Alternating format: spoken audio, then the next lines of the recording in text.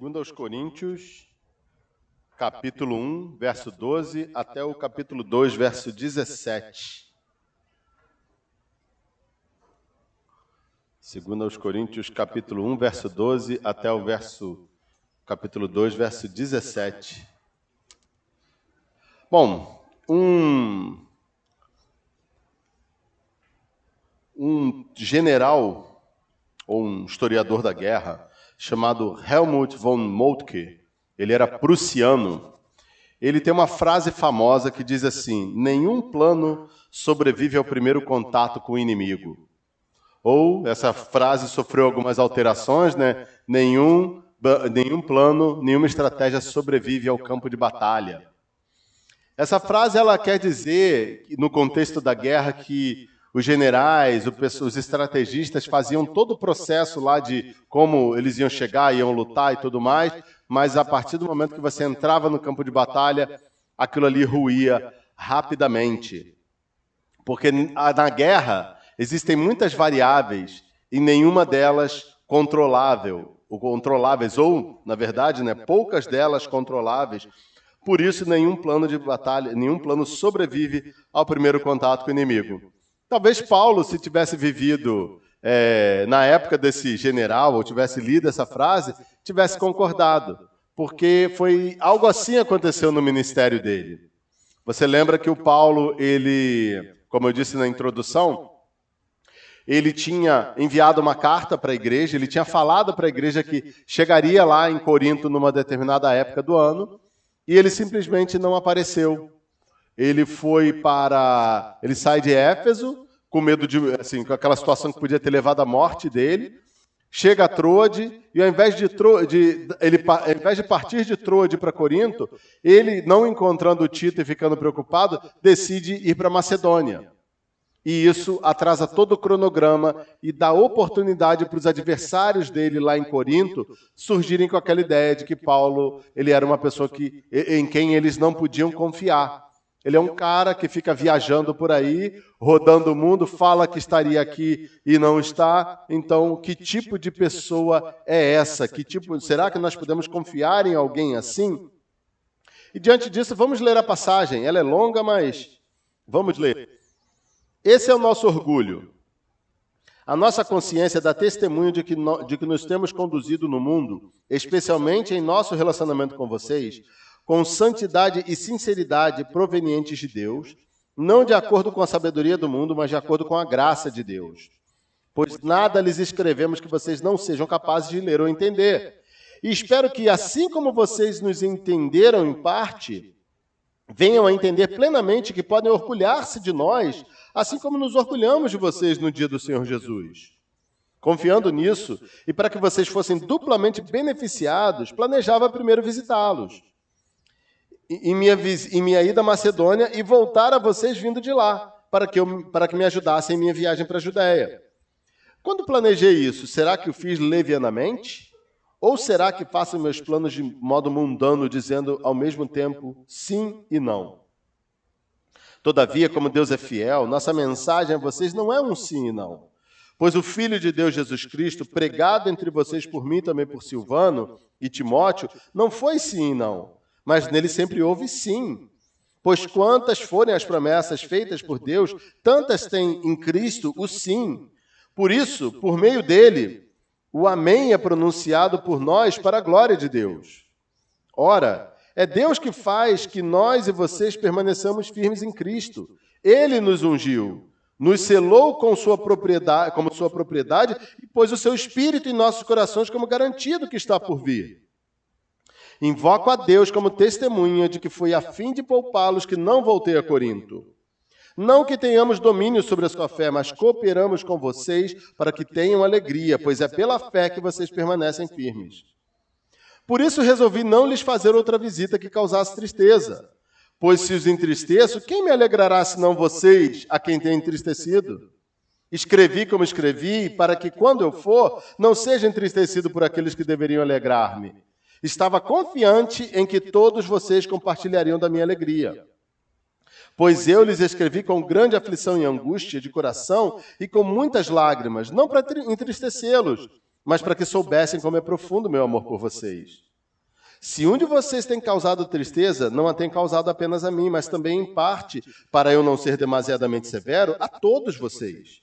A punição que lhe foi imposta pela maioria é suficiente. Agora, ao contrário, vocês devem perdoar-lhe e consolá-lo para que ele não seja dominado por excessiva tristeza. Portanto, eu lhes recomendo que reafirmem o amor que têm por ele. Eu lhes escrevi com o propósito de saber se vocês seriam aprovados, isso é, se seriam obedientes em tudo. Se vocês perdoam alguém, eu também perdoo. E aquele que perdoei, se é que havia alguma coisa para perdoar, perdoei na presença de Cristo por amor a vocês, a fim de que Satanás não tivesse vantagem sobre nós, pois não ignoramos as suas intenções. Quando cheguei a Troade para pregar o Evangelho de Cristo e vi que o Senhor me havia aberto uma porta, ainda assim não tive sossego em meu espírito porque não encontrei ali meu irmão Tito. Por isso despedi-me deles e fui para Macedônia. Mas graças a Deus que sempre nos conduz vitoriosamente em Cristo e por nosso intermédio exala em todo lugar a fragrância do seu conhecimento, porque para Deus somos o aroma de Cristo entre os que estão sendo salvos e os que estão perecendo. Para estes somos cheiro de morte, para aqueles fragrância de vida. Mas quem está capacitado para tanto? Ao contrário de muitos, não negociamos a palavra de Deus visando lucro. Antes, em Cristo, falamos diante de Deus com sinceridade, como homens enviados por Deus. Planos no ministério devem ser flexíveis, respeitosos e focados no Evangelho. Mas, Pastor Felipe, eu não estou no ministério. Mas nós, como igreja, você pode não estar vivendo do ministério integralmente, você pode não ter uma posição ministerial, mas como igreja de Cristo, nós todos estamos no ministério. O ministério de servir a Deus, servindo as pessoas.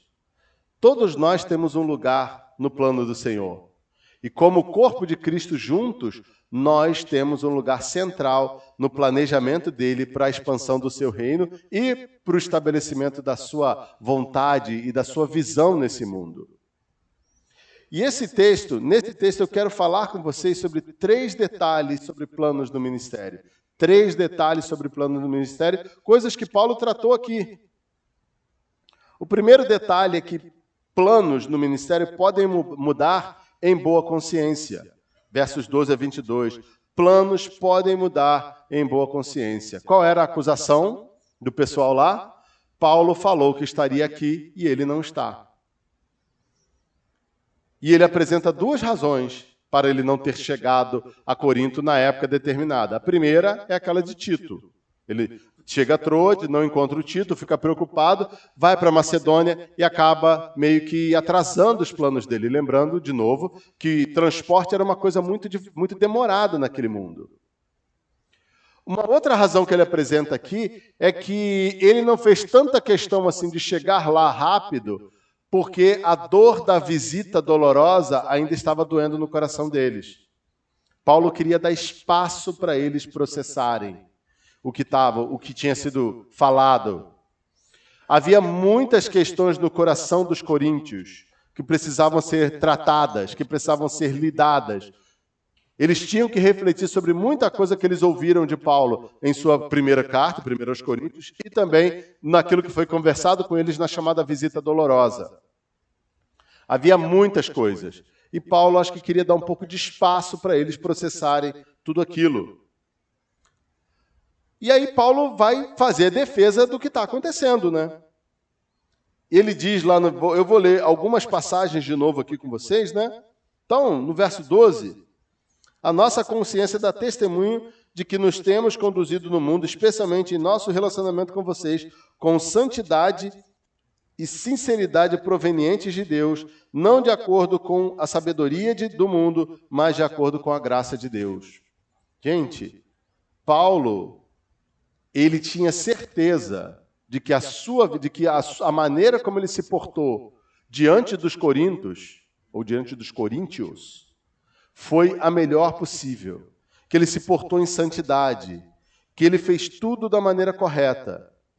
E isso me ensina o seguinte: quando eu construo uma boa reputação, fica mais fácil eu esclarecer as coisas. Paulo estava tomando tempo para esclarecer a razão pela qual ele não tinha aparecido na igreja no tempo lá combinado entre eles, e ele só podia oferecer essa explicação e ter essa explicação aceita pela igreja porque ele tinha uma boa reputação diante deles. Ele fala, gente, eu passei tempo com vocês e eu sempre fiz as coisas da maneira correta, eu nunca passei ninguém para trás. Eu nunca tive, os americanos têm uma expressão engraçada, né? Que eles dizem, quando você falar com os dois lados da boca. É como se um lado você está falando uma coisa e o outro você está falando outra.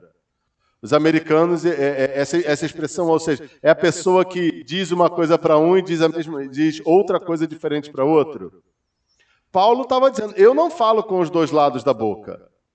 Quando eu falo para vocês sim, é sim. Quando eu falo para vocês não, é não.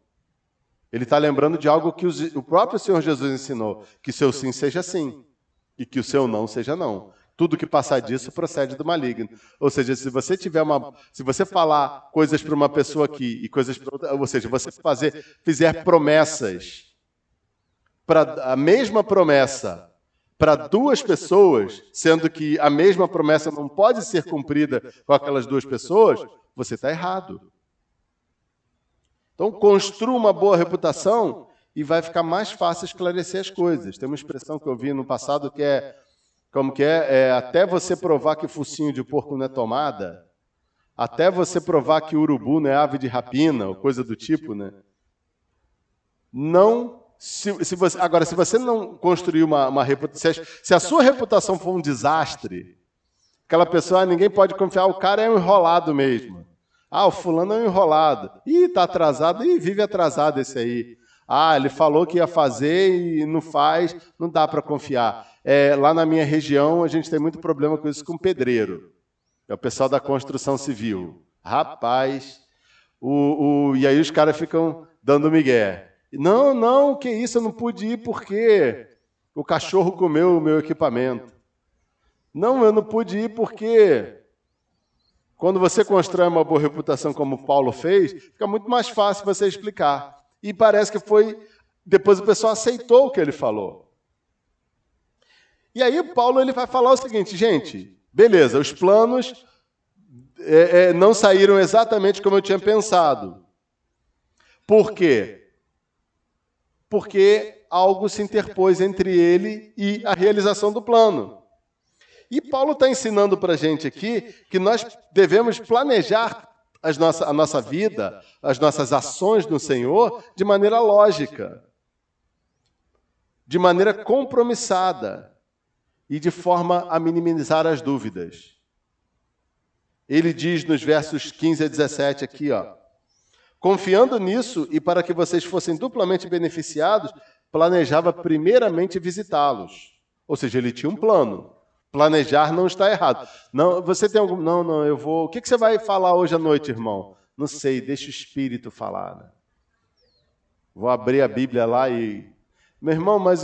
E aí, como é que você vai... Você não estudou para a prova, como é que você vai fazer? Deus vai me lembrar tudo que eu não estudei miraculosamente. Né?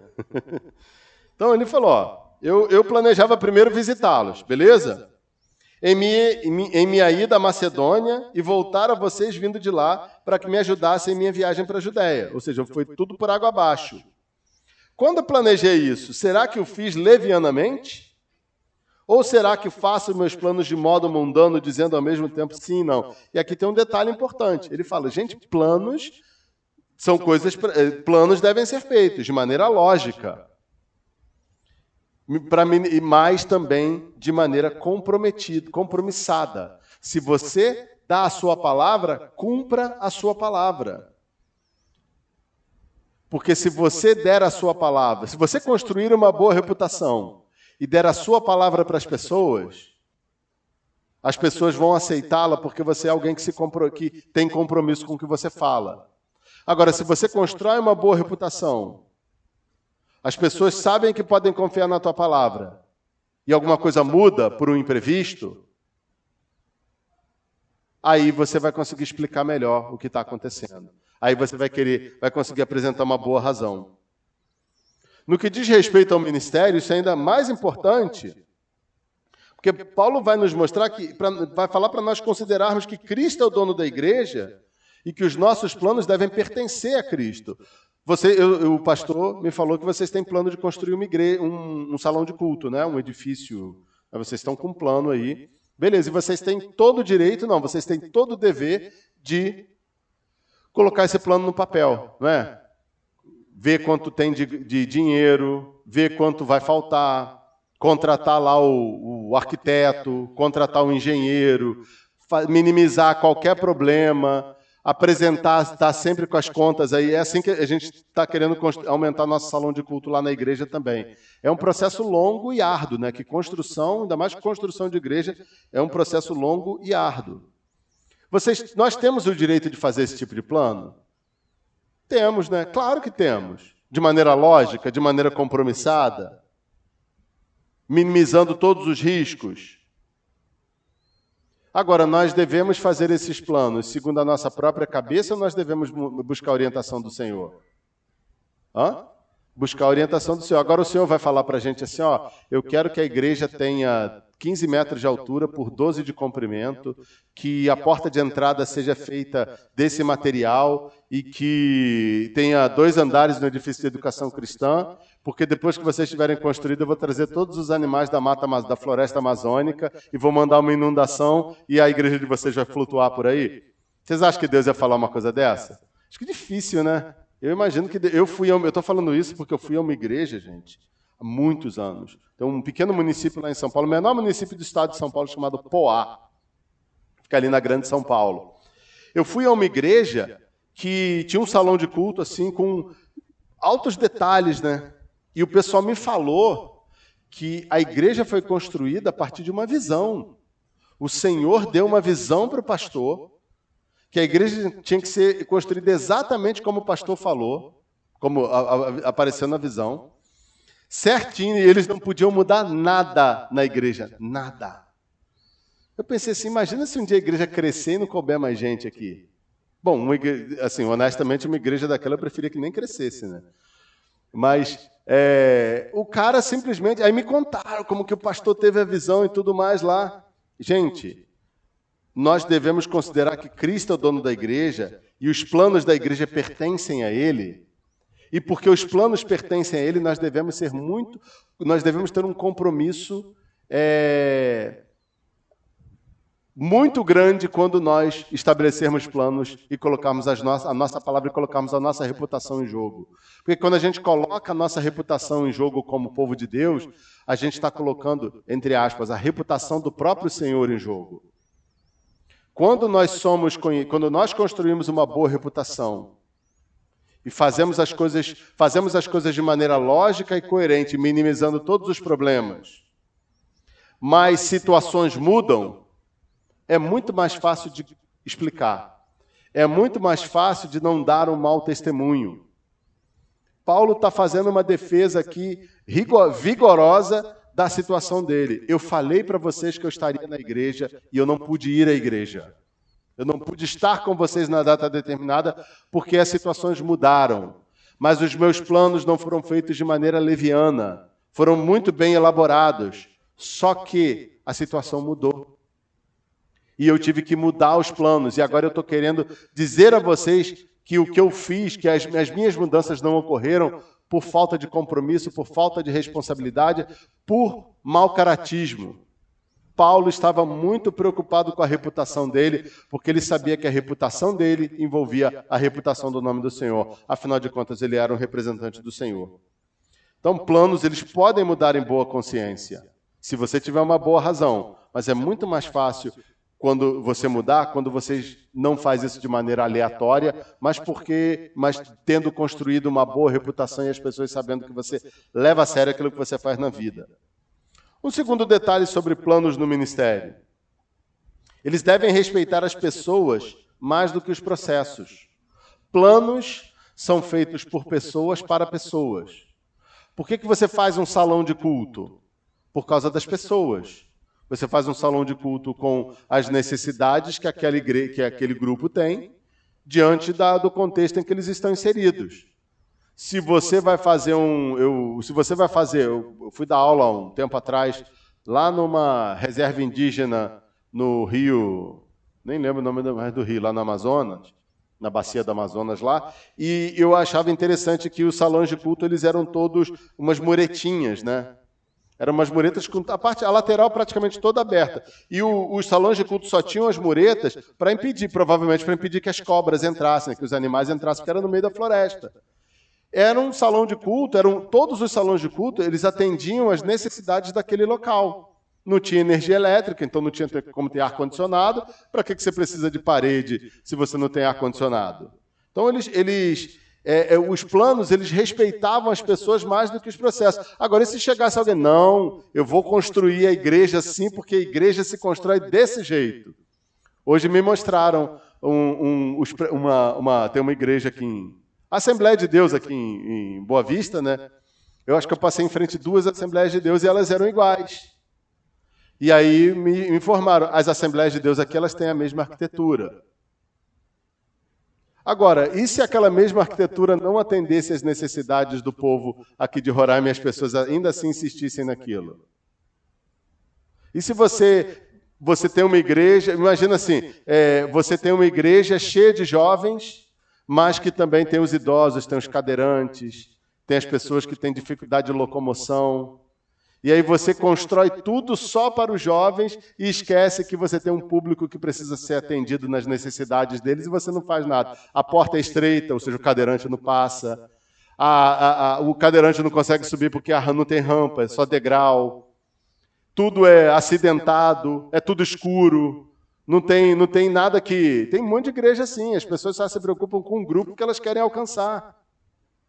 Gente, planos, segundo Paulo aqui, eles não são feitos para controlar, mas eles são feitos para guiar as pessoas. Versos 23 e 24 do capítulo 2, do capítulo 1, ele fala assim: invoco a Deus como testemunho de que foi a fim de poupá-los que não voltei a Corinto. Não que tenhamos domínio sobre a sua fé, mas cooperamos com vocês para que tenham alegria, pois é pela fé que vocês permanecem firmes. Por que o plano de Paulo mudou? Uma das razões. Ele queria dar espaço para aquela igreja. Ele queria respeitar os processos que aquela igreja estava passando. Ele já tinha falado o que ele tinha que falar com eles na visita dolorosa. Agora ele precisava dar espaço para eles tomarem as decisões em relação àquilo que eles tinham conversado. Então, planos não são feitos para controlar, eles são feitos para guiar. Quando você estabelece um plano, aquele plano deve levar em consideração as pessoas que serão atendidas. E não simplesmente os seus próprios desejos, ou não pode colocar os processos acima de tudo. Há uma pessoa, eu conheci uma pessoa, uma alemã, muito rígida com administração, e ela tomava decisões assim em relação ao cuidado com determinados espaços do local onde ela trabalhava, que geravam profunda irritação em outras pessoas. Houve um encontro lá no salão e havia uma série de crianças brincando e uma criança derramou um copo de suco ou de Coca-Cola, sei lá, num sofá. A mulher virou o siri. Porque não pode. Crianças não podem entrar aqui, botar o pé no sofá e pegar e... Poxa, então não faz o encontro do pessoal da igreja, que tem um monte de criança, aqui dentro. Faz em outro lugar. As pessoas são mais importantes do que os processos. É claro que ninguém pode ser vândalo, quebrar tudo. Mas a gente tem que pensar o seguinte, é o que Jesus falava, gente, o sábado não foi criado para o homem não foi criado para o sábado, mas o sábado para o homem. Nós não fazemos as coisas simplesmente porque existem coisas para fazer. Coisas são estabelecidas para nós fazermos porque nós existimos. Planos não são feitos para controlar, mas para guiar. E o nosso amor pela igreja não deve sufocá-la. Por isso que Paulo diz aqui que ele resolveu não visitar a igreja. Ele queria dar espaço para eles de novo. Por isso resolvi, capítulo 2, verso 1, por isso resolvi não lhes fazer outra visita que causasse tristeza. Pois se os entristeço, quem me alegrará senão vocês, a quem tenho entristecido? E aí no verso 4 ele fala assim, pois eu lhes escrevi com grande aflição e angústia de coração e com muitas lágrimas, não para entristecê-los, mas para que soubessem como é profundo o meu amor por vocês. Gente, nós não podemos sufocar as pessoas. A liderança da igreja não pode sufocar a igreja. Os membros da igreja não podem sufocar a liderança da igreja.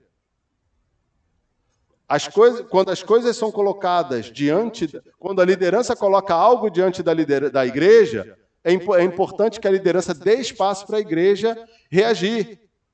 E quando a igreja quer algo, ela pode trazer aquilo à liderança, mas é importante também que ela dê espaço à liderança para ela poder agir. Nós vivemos na época eu quero as coisas do meu jeito, de graça e rápido. É a geração da tecnologia, né? Eu não tenho paciência de esperar um site.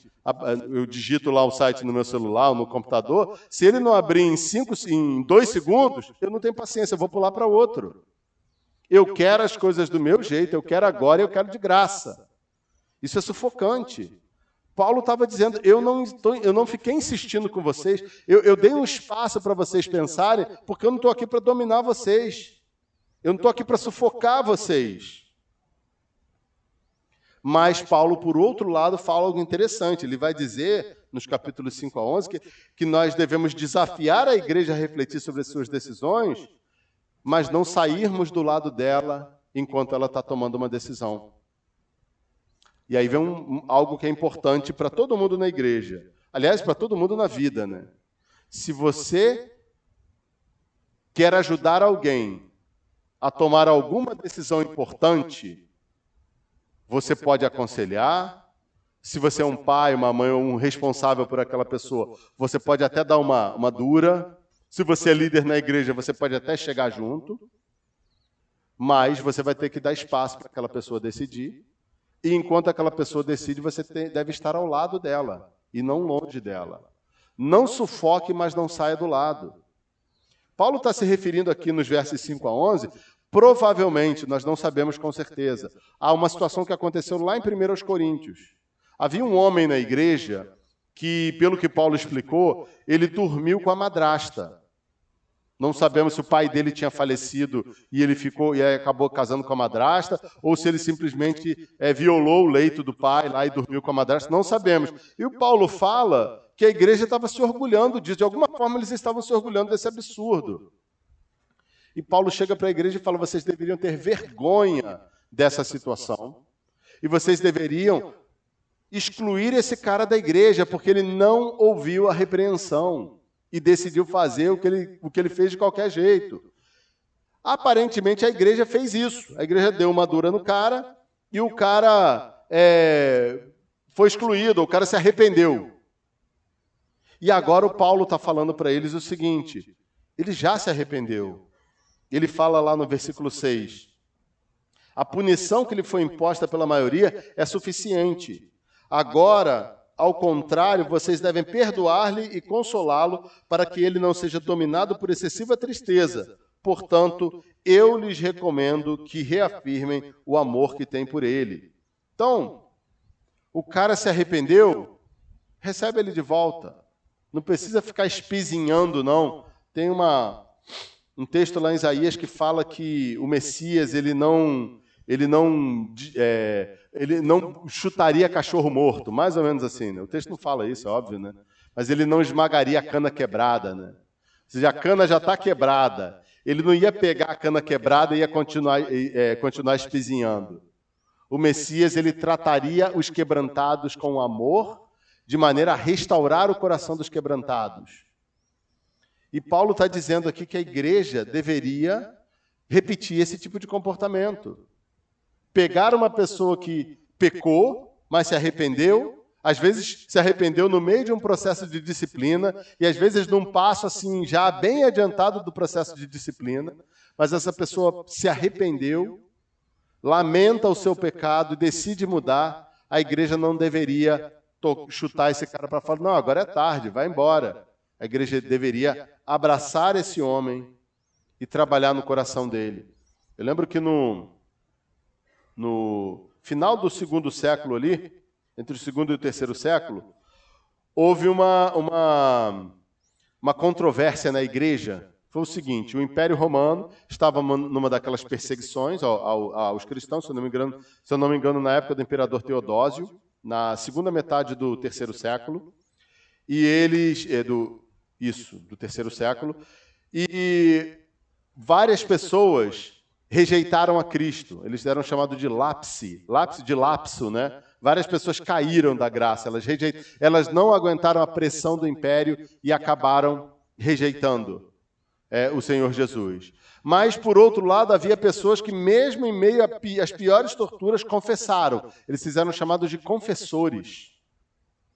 Quando aquela perseguição terminou, houve um pedido para que essas pessoas que caíram voltassem à igreja. Essas pessoas começaram a voltar e pedir perdão, querer se reconciliar com a igreja. E aí surge um grupo na igreja que fala que não, que eles não podiam.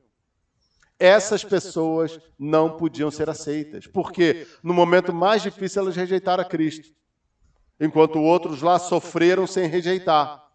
Não havia retorno mais para essas igrejas. Só que surgiram alguns homens de Deus na igreja daquele tempo que disseram: gente, nós temos que entender o seguinte, todos nós somos frágeis. Todo mundo aqui que sofreu com a perseguição teve que dar uma resposta. Algumas pessoas negaram a Cristo ou ofereceram incenso ao imperador diante da circunstância mais absurda da vida. Nós temos que receber essas pessoas de volta se o arrependimento delas for genuíno. E eles receberam. Coisa de 1 século e meio depois, havia um movimento no norte da África que foi fruto desse movimento. Eles eram chamados de novacianos. E eles não aceitavam. 100 e tantos anos depois, surgiu esse movimento que dizia que qualquer pessoa que tenha sido batizada, ou que tenha se tornado membro de uma igreja, ou que tenha sido ordenada ao ministério, e tivesse debaixo da liderança de alguém que tinha problemas teve problemas de rejeitar a Cristo diante de uma perseguição e depois voltou atrás, esses ministros eles estavam desqualificados, ou seja, o batismo que eles fizeram, o casamento que eles fizeram, a ceia que eles ofereceram à igreja não valia. A ordenação deles não valia. Porque eles tinham tido problema. E ali surge o Agostinho, nesse contexto, na chamada controvérsia novaciana, e vai mostrar para a igreja do norte da África o absurdo disso. Como é que vocês vão pegar pessoas que muitas vezes não têm nada a ver com o que aconteceu, ou pessoas que passaram por uma dificuldade, acabaram dando aquela rateada, mas se arrependeram e querem voltar? Como é que você vai continuar chutando essas pessoas para fora da igreja? Isso não é possível, gente. Pelo menos essa era a ideia ali no início da história da igreja, e essa parece ter sido a história do Paulo aqui com esse homem. Não sabe, de novo, não dá para afirmar categoricamente que foi aquele homem de 1 Coríntios que estava dormindo com a madrasta, mas parece pelo contexto. Um cara que pecou gravemente, foi disciplinado pela igreja, ao ponto de ser excluído da igreja, mas se arrependeu, se humilhou, se quebrantou, voltou e pediu para retornar à comunhão. E o Paulo está dizendo, recebe ele, recebe. Da minha parte, se tinha alguma coisa para perdoar, eu perdoei. Mas eu não vou passar por cima da autoridade de vocês, igreja, não. Eu deixo vocês refletirem sobre o que vocês têm que fazer e eu vou estar do lado de vocês na decisão que vocês tomarem. Mas eu gostaria que vocês recebessem ele de volta. Sabe por quê? Ele fala no verso 11 algo muito interessante. A fim de que Satanás não tivesse vantagem sobre nós, pois não ignoramos as suas intenções. O que Satanás quer? Satanás quer dividir a igreja, Satanás quer humilhar as pessoas e Satanás quer que a cana quebrada seja esmagada para que ela seja lançada no lixo. Satanás quer que pessoas que pecam, porque pessoas, infelizmente, crentes pecam. Satanás quer que crentes que pecam e por qualquer razão se sintam tão desencorajados e tão humilhados que não tenham o desejo mais de se reconciliar com o Senhor e voltar para a igreja. E por outro lado, ele também quer que pessoas que viram o pecado do outro se sintam tão ofendidas que não queiram perdoar e restaurar aquela pessoa. Sabe por quê? Porque ele veio para dividir. Ele quer dividir a igreja, ele sabe que uma igreja que não perdoa e uma igreja que não tem a habilidade de estender a mão para o outro e falar assim, vem cá que eu vou te ajudar a caminhar, voltar para o Senhor, ele sabe que uma igreja que não faz isso é uma igreja sobre quem ele vai ter vitória. a intenção dele é destruir a igreja. E quando ele consegue fazer isso com a igreja, ele enfraquece o máximo que ele pode aquela congregação. E quantas igrejas acabam por isso, né? Quantas famílias acabam por isso, por falta de perdão, né? Gente, quantas igrejas acabam por causa de legalismo? Não sei se vocês já pararam para pensar nisso. Tem igreja que acaba por um monte de coisa. Tem igreja que acaba por pecado da liderança. Tem igreja que acaba porque não é igreja coisa nenhuma, é seita, é maluquice. Tem igreja que acaba, sei lá por quê. Agora, tem igreja que acaba por falta de perdão. Famílias que brigam. É a família X que não gosta da família Y. O pessoal vai abandonando a igreja, vai saindo porque ninguém quer saber. Briga com o pastor, não quer mais perdoar o pastor. O pastor toma um carrinho por trás e não quer perdoar, pelo contrário, ele quer cair com o cotovelo em cima do cidadão. Não permitam jamais que a igreja de vocês dê lugar a Satanás nesse critério. Que a igreja de vocês seja uma igreja perdoadora. E você que está aqui, não queira sempre as coisas do seu jeito. Queira as coisas do jeito de Jesus. Enquanto você espera as pessoas fazerem aquilo que é do jeito de Jesus, tenha paciência, se coloque ao lado delas. Lembra sempre, é o meu povo, é a minha igreja. E eu vou estar com ela até o fim, desde que ela esteja decidindo fazer a coisa certa. Então, planos podem mudar, em boa consciência. Eles devem respeitar as pessoas mais do que os processos, mas também os planos eles precisam priorizar a missão de propagar o Evangelho. Paulo vai dizer que o objetivo sempre deve ser pregar o Evangelho, mesmo que os planos mudem. Versos 12 e 13 aqui do capítulo 2, ele fala: quando eu cheguei a Troade para pregar o Evangelho de Cristo e vi que o Senhor me havia aberto uma porta, ainda assim não tive sossego em meu espírito, porque não encontrei ali meu irmão Tiago, meu irmão Tito. Por isso despedi-me deles e fui para Macedônia. Paulo chegou a Troade para pregar o Evangelho e viu uma porta aberta. Só que o plano dele mudou por uma circunstância. Mas o plano dele sempre foi pregar o Evangelho. O objetivo deve ser sempre pregar o Evangelho, mesmo que os planos mudem. Ele teve que sair de Troade, mas ele foi para Filipos, ou, enfim, para alguma cidade da Macedônia, fazer o quê? Pregar o Evangelho. Eu entendi que o Senhor estava me chamando para o ministério quando eu tinha ali, eu não sei se eu já tinha 19 anos, ou se eu ia fazer 19 anos, eu me converti aos 17 anos. E naquele período inicial da minha conversão, eu comecei a estudar a Bíblia e comecei a ler biografias de missionários. Li muitas biografias de missionários e Deus foi falando ao meu coração por meio daquela literatura. Quando eu estava ali terminando 18, de 18 para 19 anos, eu tive um despertar. Eu falei, eu quero ser missionário. E eu quero ser missionário no leste europeu, igual ao irmão André, o contrabandista de Deus, pregando o evangelho nos antigos países comunistas. E aí, estava ali, tinha passado no vestibular, estava naquele período de vestibular e tudo mais, e a minha família, meus pais não eram crentes, falaram para mim assim, não, você vai para a faculdade. Depois que você terminar a faculdade, você faz o que você quiser da tua vida. Eu falei, tá bom, dei ouvidos a ele, fui para a faculdade, passei 5 anos, me formei em Direito, grandes coisas. Se você, nossa, ele é formado em Direito, não lembro nada. Você tem muito tempo. 5 anos para ganhar meu diploma lá, que eu nem sei onde está. Nem OAB o cara tem, né?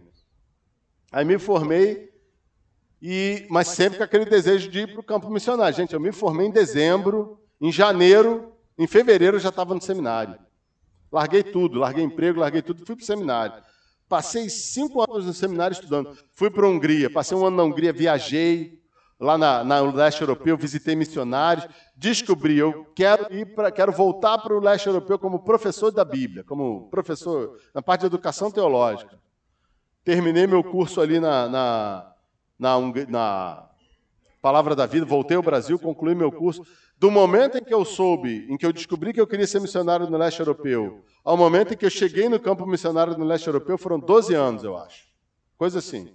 12 anos, aquele sonho. Cheguei na Hungria, finalmente estou aqui, feliz da vida. 7 anos depois, eu saio da Hungria. Mas aí vou para a Coreia, estou no campo missionário ainda, né? Do lado da China, aluno para um monte de aluno de Taiwan, aluno de Vietnã, filho de missionário que cresceu na China, aquele monte de gente ali, você fazendo aquele trabalho e tal. Aí 2 anos lá na Coreia, 2 anos, tudo bem, tranquilo, trabalho bombando. Acontece um problema na família, problema de saúde com meu filho do meio, e a gente tem que voltar para o Brasil. Voltei para o Brasil, estou há 5 anos em Atibaia. É o lugar onde você gostaria de estar? Não, não é o lugar onde eu gostaria de estar. Eu gostaria de estar no campo missionário transcultural, não em Atibaia. Embora eu goste muito, e estar em Atibaia me proporcione, me dê oportunidades como, por exemplo, estar aqui com vocês. Aí você pensa assim, cara, eu passei 12 anos construindo a minha identidade ao redor desse conceito de ser um missionário transcultural. Eu fui para o campo transcultural, fiquei 8 anos só, 8 ou 9 anos, e voltei. E eu e minha esposa ainda nos perguntamos, será que algum dia a gente volta para o campo? Aparentemente, nada vai mudar. Mas sabe o que eu decidi fazer? Decidi não, o Senhor decidiu por mim. Estou no Brasil, eu estou fazendo aqui a mesma coisa que eu fazia lá. Eu estou pregando o Evangelho. Quantos missionários passam por isso, né? Vão para o campo e têm que voltar para casa. Problema de saúde, faltou sustento, fechou o campo. Você vê nossos irmãos da MEVA agora aí, da MEVA, da Asa de Socorro. Gente, nossos irmãos pilotos da Asa de Socorro que dedicaram 5 anos da vida deles na escola para serem pilotos e mecânicos, levantaram sustento, e não é barato, para se deslocar para os locais assim distantes da cultura deles, para simplesmente fazer a obra missionária, levar os missionários para o campo, tirar os missionários do campo, fazer a obra e, de repente, o pessoal da FUNAI vai lá e fecha a porta na cara deles e eles não podem mais fazer o trabalho deles. E aí uma família agora, por exemplo, que estava na aldeia aí, 9 anos na aldeia aqui entre os Yanomami, falou, eu vou ter que voltar para São Paulo porque não tem nada para fazer aqui. Aí teve que voltar e só Deus sabe se no futuro eles vão ter condições de voltar para cá de novo. Espero que sim, né? Porque eles amam. Mas o que eles vão fazer lá em Atibaia? Pregar o Evangelho. Eu lembro daquele desenho do Pink e o Cérebro. Os mais novos não vão saber qual é, né? 2 ratinhos, né? Que Pink era o rato, não, Pink era o burro e o Cérebro era o super inteligente. E eles faziam planos mirabolantes assim para conquistar o mundo, só que tudo dava errado. E aí o episódio sempre terminava assim: ei, Cérebro, o que nós faremos amanhã à noite? Aí o Cérebro respondia: a mesma coisa que nós fazemos todas as noites, tentar dominar o mundo. Então, não adianta. É isso, o objetivo sempre deve ser pregar o Evangelho, mesmo que os planos mudem. Paulo fala, os planos eles devem ser fiéis ao Evangelho. Esses planos devem ser fiéis ao Evangelho, mesmo que eles cheirem mal para o mundo. E eu acho essa passagem tão intrigante, os versos 14 e 16, que ele diz, mas graças a Deus que sempre nos conduz vitoriosamente em Cristo e por nosso intermédio exala em todo lugar a fragrância do seu conhecimento. Aqui ele está usando uma figura da cultura romana que era o seguinte, quando um general romano vencia uma grande batalha para a República Romana ou para o Império, ele ganhava o direito de participar de uma procissão, né, de uma procissão da vitória. Então, pegavam os prisioneiros de guerra, a riqueza que ele conseguiu no campo de batalha, botavam ele numa biga com uma roupa bonita, louros de ouro nas orelhas, assim, e ele ele passava pela avenida principal de Roma, em frente ao fórum, numa biga lá com um cavalo branco na frente, e todo o espólio de guerra, os derrotados, e ele ia passando, e a população da cidade de Roma toda saudando ele, e aí ele, quando passava em frente lá ao Senado, ou ao fórum principal, o imperador estava lá em cima, as autoridades estavam lá em cima, e ele saudava, e chegava lá no final, pegavam-se os líderes da rebelião, ou do exército que eles venceram, levavam até um determinado local e decapitavam eles na frente de todo mundo. Essa passagem aqui, Paulo está usando essa mesma imagem. Jesus é esse vencedor, esse general vencedor, e ele vem trazendo Paulo, trazendo todos os cristãos, não amarrados, né, como um general desse, mas trazendo atrás deles, assim, nessa procissão, diante de todas os poderes e potestades e autoridades do universo, e Jesus vai levando a gente nessa procissão maravilhosa. E essa procissão, o cheiro, né, que era o cheiro do incenso, que ia se espalhando pela cidade durante a procissão, nós somos o incenso do Senhor, nós exalamos esse aroma de Cristo enquanto Ele nos leva adiante nessa procissão. E ele fala, porque para Deus somos o aroma de Cristo entre os que estão sendo salvos e os que estão perecendo. Ou seja, para Deus, diante desse mundo, nós temos um cheiro. Você tem um cheiro diante do mundo. Que cheiro é esse? Para estes, cheiro de morte. Para quem não crê em Jesus, você cheira a morte, porque a tua palavra pronuncia juízo sobre a vida deles. Mas, para aqueles, fragrância de vida. Mas quem está capacitado para tanto? Cristo nos leva Cristo nos leva por esse mundo e nós vamos exalando o cheiro da vitória dele. Só que para aqueles que não querem se submeter a Cristo, você cheira a morte. Para aqueles que querem, você cheira a vida. Então, planos, eles devem ser fiéis ao Evangelho, mesmo que cheirem mal para o mundo. Tem um monte de gente minimizando o Evangelho para pegar bem com a galera do mundo.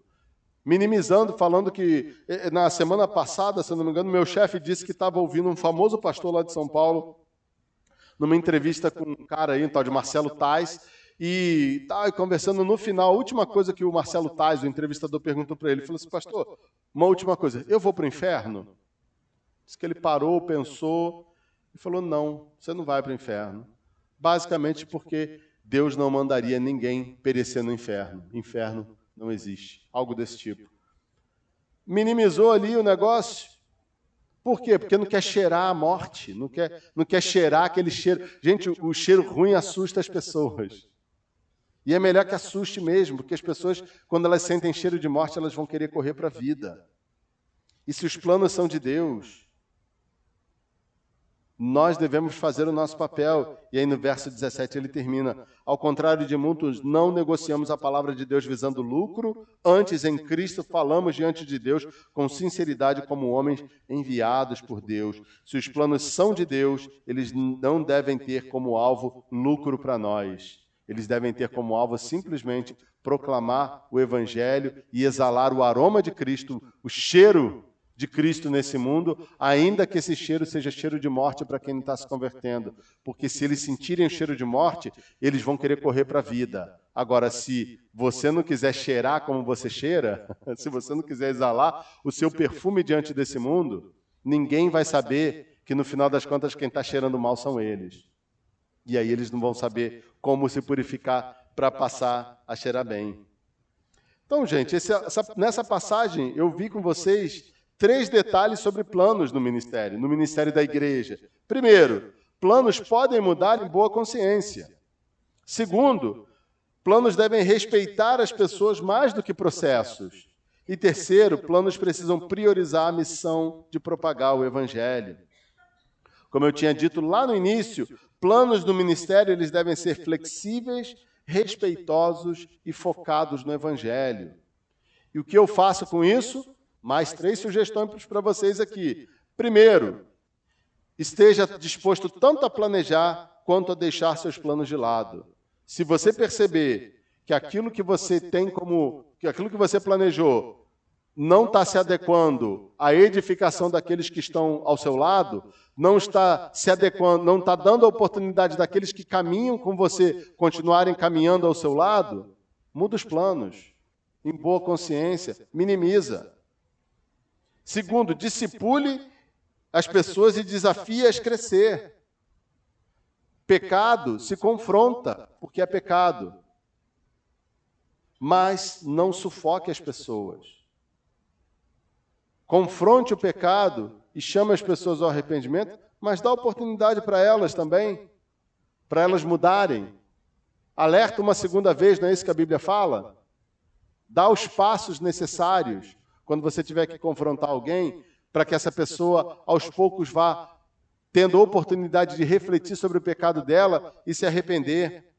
Mas não sufoca as pessoas, não sufoque a sua igreja. E terceiro, não planeje o seu serviço com a intenção de lucrar alguma coisa com isso. Faça simplesmente o seu trabalho, porque o Senhor te colocou para fazer o seu trabalho. O ministério pertence ao Senhor. Nós não precisamos lucrar com isso. Há pessoas que vivem do ministério, graças a Deus por isso. Graças a Deus porque a igreja pode sustentar. Mas a igreja como um todo, ela não vive disso. Ela não vive de ganho, de lucro, de qualquer coisa. Ela vive de pregar o evangelho e abrir as portas para receber aqueles que se convertem. Quando no meu primeiro ministério, depois de eu me formar, eu passei 2 anos e meio em uma igreja na cidade de São Paulo, uma igreja americana chamada Fellowship Community Church. E era uma igreja que teve uma história de liberalismo terrível durante décadas. Mas aí eles convidaram um pastor que fez um trabalho muito bom de 5 anos lá, muito bom mesmo, um pastor até conhecido no meio presbiteriano, um homem de Deus, muito inteligente. E aí ele teve que sair da igreja por conta do trabalho dele lá na Universidade Mackenzie, a denominação pediu, e aí eles convidaram um outro pastor, um americano, missionário da Igreja dos Irmãos no Brasil há mais de 50 anos, não foi meu professor, mas foi professor de alguns dos meus colegas, e eu cheguei lá para trabalhar com ele. E quando eu chego na igreja, o salão de culto deles, o edifício deles é a coisa mais linda, tipo uma igreja anglicana, vitral, coisa linda. O culto só tinha órgão e coral, e as bíbliazinhas assim, o inário, era só hino. Aquela coisa bem tradicional, assim. E eu me choquei na igreja porque tinha gente lá com aparência super esquisita. Eu descobri que a líder de educação cristã da igreja tinha um estilo de vida que não estava em conformidade com os padrões do Senhor. Tinha uns rapazes lá que moravam juntos que tinham um comportamento meio esquisito. Eu comecei a perceber um monte de coisa super esquisita lá. E eu conversei com o pastor sobre isso, com o meu chefe. Ele tinha chegado lá coisa de 6 meses antes de eu ter chegado. E ele falou para mim o seguinte: Felipe, sabe o que a gente vai fazer aqui? A gente não vai usar o púlpito para mandar recado, a gente não vai ficar pegando no pé das pessoas nesse início, a gente vai pregar a palavra de Deus do púlpito como ela é, conviver com as pessoas demonstrando o que é ser um servo de Deus, dando um bom testemunho de vida, e vamos dar tempo para o Senhor trabalhar. Porque é muito fácil você chegar com os 2 pés na porta arrebentando tudo. Ele fez aquilo. Ele é um homem de Deus. Com o tempo, ele nunca deixaria as coisas saírem fora do controle, porque eu já o conhecia de fama. E aí começa, gente, a igreja com 40 pessoas ali, pessoas quebradas, gente rica, da alta sociedade de São Paulo e tal. E aí ele prega todo domingo, prega muito, muito bem. Um homem de Deus, conhecedor da palavra, começa a pregar todo domingo. E nós começamos a sair com as pessoas, vai almoçar, vai fazer uma visita, vai conversar. Eu comecei a trabalhar com jovens e tinha uma pessoa trabalhando com as crianças. E aí, com o tempo, a chefe do departamento de educação lá começa a ser confrontada pelo evangelho, fala que nós éramos uns hipócritas legalistas e sai da igreja, some, não quer mais saber. E os outros rapazes lá meio esquisitos começam a ficar meio assim. E aí, à medida que a gente vai conhecendo as pessoas e as pessoas vão nos conhecendo, e a gente vai construindo uma reputação, vamos chegando e conversando, e eu olhando o ministério dele. E eu passei 2 anos e meio lá. Gente, ao final de 2 anos e meio, quando eu saí da igreja para ir para a Hungria, eles se tornaram mantenedores meus, tiveram culto de envio e tudo mais. Era uma outra igreja. A igreja tinha quintuplicado, a igreja tinha 30 membros quando eu cheguei. A igreja tinha umas 150 pessoas participando, famílias com crianças, famílias novas, gente diferente. E uma coisa que eu achei mais legal é que a mulher que era líder do departamento de educação cristã, que saiu porque foi confrontada pelo evangelho e tudo mais, ela morava com um namorado. Ela era uma senhora ela era uma senhora de uns quase 70 anos de idade, mas parecia uma modelo de, 30 e poucos anos, artista super reconhecida na cidade de São Paulo, uma pessoa vivia naquele ambiente artístico meio assim. Ela volta para o pastor e ela pede perdão pelo que aconteceu e ela começa a caminhar com ele. O Senhor começou a incomodar ela, acabou com o relacionamento dela e ela começa a reconstruir a vida dela com quase 70 anos, gente. Vivendo na igreja uns 40 anos, aquele tipo de vida ninguém nunca confrontou, nem pessoalmente, nem usou a palavra. E ela, aos poucos, vai sendo restaurada, se converte de verdade e começa a caminhar com o Senhor. As variáveis de um bom plano ministerial para a igreja envolvem pessoas. E tudo aquilo que nós pudermos fazer, assim como Paulo, para ser uma bênção na vida de pessoas, sem abrir mão do Evangelho. Porque se a gente abre mão do Evangelho, a gente perde o nosso cheiro, e o nosso cheiro importa. O nosso cheiro faz a diferença. Amém? Vamos orar. Senhor, obrigado mais uma vez pela Tua palavra, obrigado por essa noite, e pedimos que o Senhor continue falando ao nosso coração ao longo dessa semana. Em nome de Jesus, amém.